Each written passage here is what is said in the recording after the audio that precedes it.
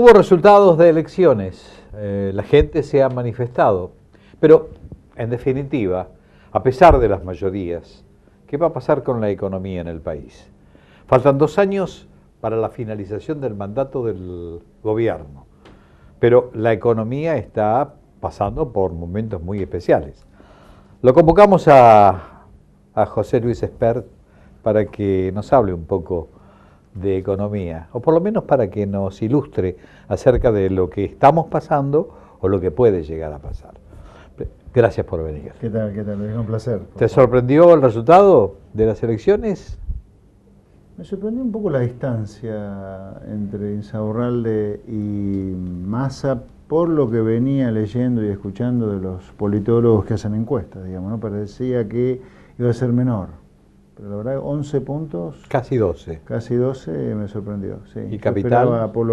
No, Capital no. Capital no me impresionó, no me llamó la atención. No, pero sí la provincia de Buenos Aires.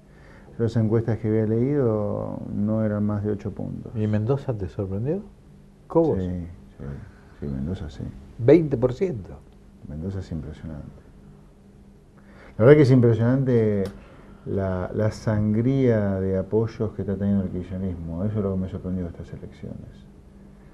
¿No? Donde que como la sociedad está revalorizando figuras históricas en cada provincia, ¿no? Lo mismo pasa con De la Sota en Córdoba, ¿no? O su candidato, Schiaretti en este caso, ¿no? Algunos líderes territoriales también impresionaron, por ejemplo, Capitanich.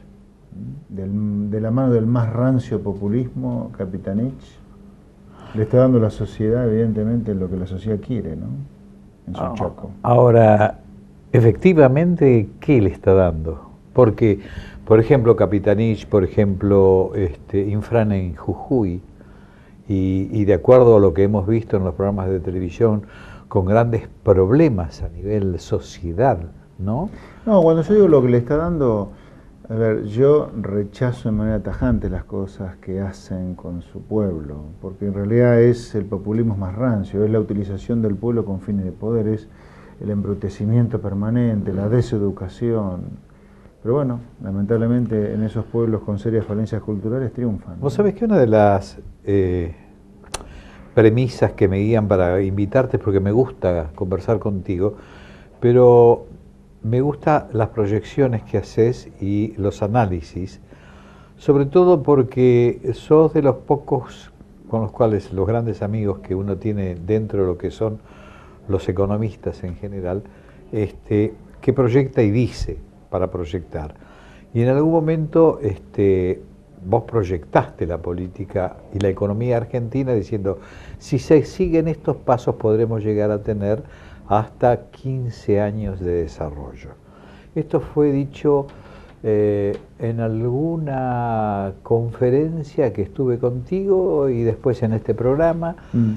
Fue en la primera época de con Menem y después con Kirchner, en la primera etapa de Kirchner. Se diluyó todo, dijiste, pero tienen que cortar el gasto público. Sí.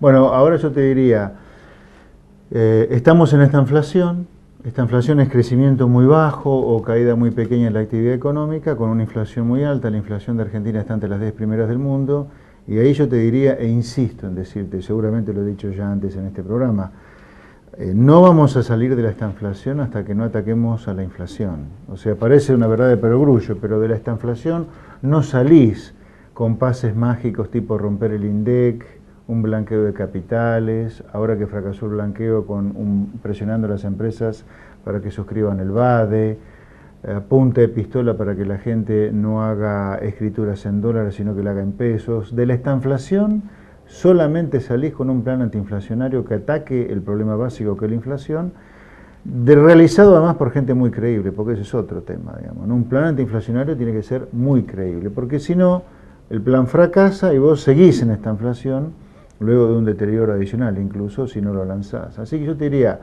hoy te ratifico lo que seguramente he hecho acá, o si querés inauguro la sensación, el pronóstico que Argentina no va a salir de esta situación de crecer poquito como 2013 o caer poquito como 2012, caer poco, subir poco la economía, y una inflación de entre las más altas del mundo, si no lanzás un plan antiinflacionario que, dado como armaron el plan, requiere además de desarmar el cepo cambiario.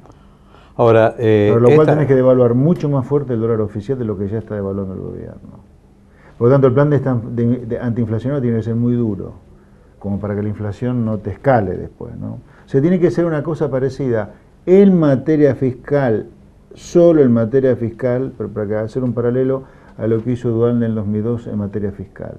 Olvidémonos de la salvajada de Duhalde de haber estafado a los depositantes y olvidémonos de la salvajada que Duhalde continuó, que es el default de la deuda pública, y olvidémonos de la salvajada que hizo Duhalde especificando todas las tarifas de los servicios públicos y rompiendo todos los contratos. Olvidémonos de esa salvajada. Hablemos del Duhalde fiscalista. ¿Duhalde qué hizo? Devaluó muy fuerte el peso y congeló el gasto público durante 15 meses en 2002 y parte de 2003, hasta que se fue y vino Néstor. Eso es lo que hay que hacer, dado que además tenés que desarmar el cepo. Acá tenés que desarmar el cepo, recuperar la total libertad de cambios de nuevo, devaluar mucho más fuerte lo oficial y un plan antiinflacionario muy duro después. Ahora, si vos tropezás con una mentalidad argentina que se resguarda en el dólar y no podés crear esa credibilidad que es necesaria para poder producir efectos con medidas así realmente muy fuertes, ¿cómo podés sostener una economía? Mira, guarda con la mentalidad dolarizadora de Argentina.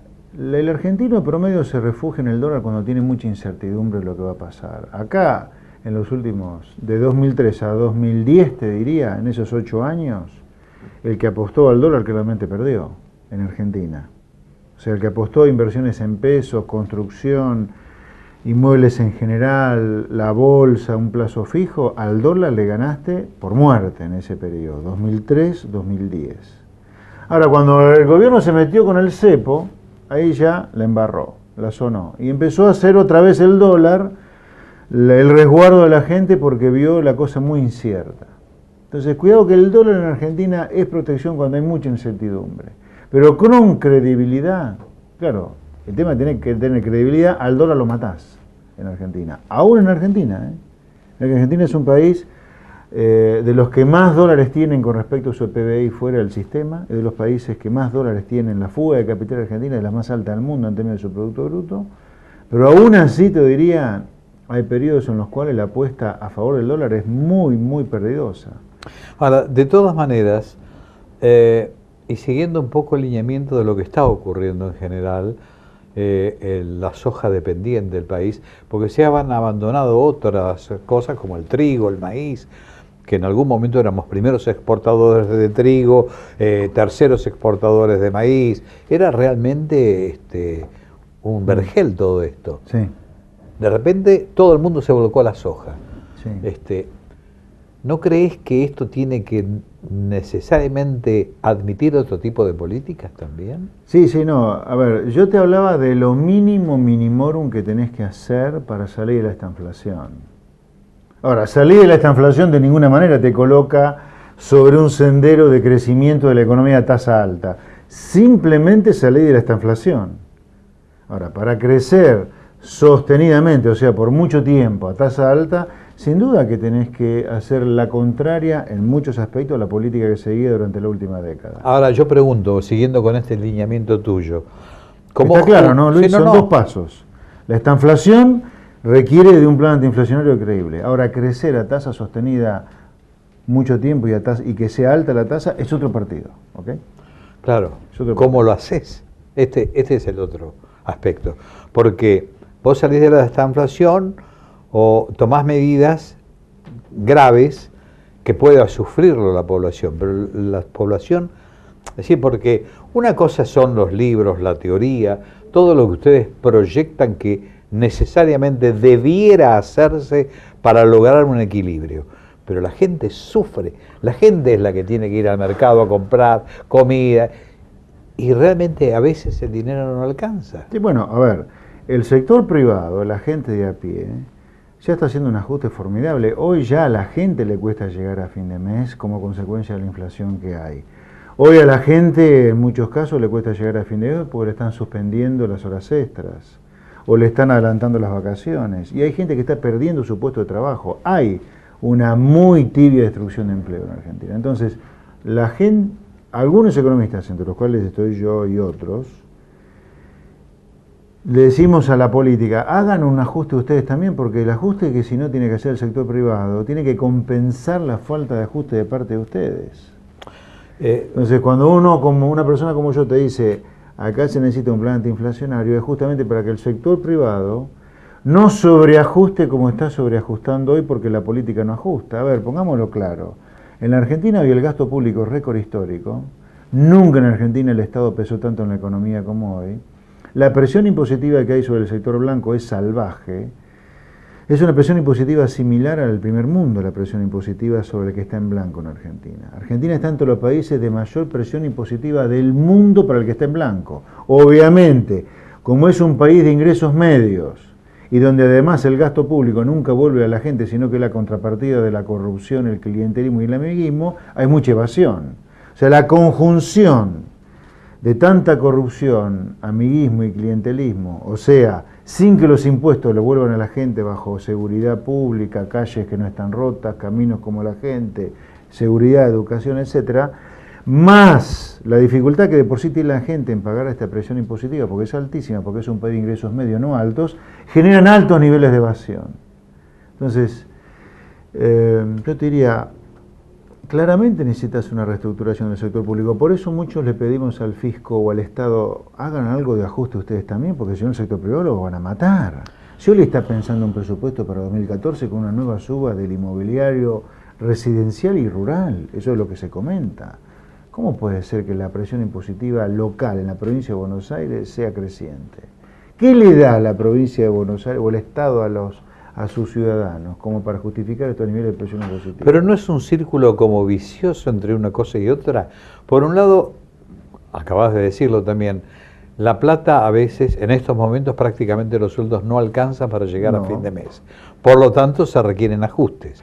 Los ajustes traen aparejado la creación de nuevos impuestos porque con los recursos propios de cada gobierno no alcanza para satisfacer lo que puede ser en sueldos. Entonces es como un círculo vicioso. Bueno, paralelamente las obras sociales aumentan, paralelamente los servicios aumentan. Es toda una vorágine que requiere modificar esquemas de pensamiento muy especiales. No, yo no creo que se necesite quebrar esquemas de pensamiento. A ver, Argentina no está para ser una potencia emergente. La cabeza no la tiene para potencia emergente. Claramente no la tiene. O sea, Argentina, la decadencia que sufre es tan grande que ya Colombia está a punto de tener el PBI argentino. Cuando Argentina era 50% más que Colombia hace 20 años. Hoy ya Colombia está a punto de alcanzar, ¿no? O sea, la mentalidad argentina es una mentalidad decadente. Cuando hablo de decadencia no digo que no crezca, digo que a la larga crece menos que el resto de sus pares. ¿Por qué? Porque nos gusta el Estado grande, nos gusta que nos cobren muchos impuestos, no nos gusta la competencia, la educación nos gusta que nos exijan hasta por ahí. Entonces no estamos con una cabeza de país potencia, pero sí estamos para ser un país que crezca alguna tasa sin tanto incendio y recuperación violenta como fueron los últimos 20 años. Pero en materia fiscal, yo no estoy diciendo obviamente que suban más los impuestos, justamente lo que critico es la presión impositiva salvaje que hay. Lo que digo es que la política tiene que hacer un ajuste por lo del gasto, que hagan crecer menos el gasto. Mira, soluciones siempre hay, salvo a los impuestos, que no tienen solución, y la muerte, que tampoco tiene solución, para el resto en general hay solución. Fíjate vos, no quiero hacer la comparación, pero el primer país consumidor del mundo, Estados Unidos, acaba de salir de una crisis política muy importante al no aprobarle el presupuesto a Obama y al final de últimas tuvieron que aprobárselo, lo que le creó problemas políticos a los republicanos. Si la potencia o la primera potencia del mundo tiene problemas, ¿qué podemos decir nosotros? Bueno, hay diferencias, ¿no? En Estados Unidos yo nunca lo vi a Obama hablar de un complot golpista de los republicanos porque los republicanos lo estaban llevando a defaultear la deuda. O sea, un default de los Estados Unidos era un incendio para el mundo, te diría.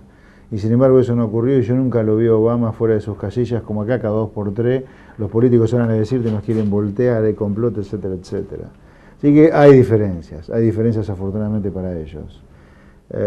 Y creo que eso es lo que hace que Argentina sea un país en decadencia y que Estados Unidos sea una potencia del mundo, entre muchas otras cosas, obviamente, ¿no? No cabe No es ninguna la duda. única Son las razón. mentalidades en el mundo, en última instancia. Claro, por eso Porque digo, España está saliendo, claro, dicen que España está saliendo. de la recesión. Europa está saliendo de la recesión. Viste que hubo mucha gente que en algún lugar lo pronosticaba y también lo deseaba, que Europa se incendiara para justificar lo que nosotros estuvimos haciendo 2003-2011, digamos, 2003-2012, 2003-2013.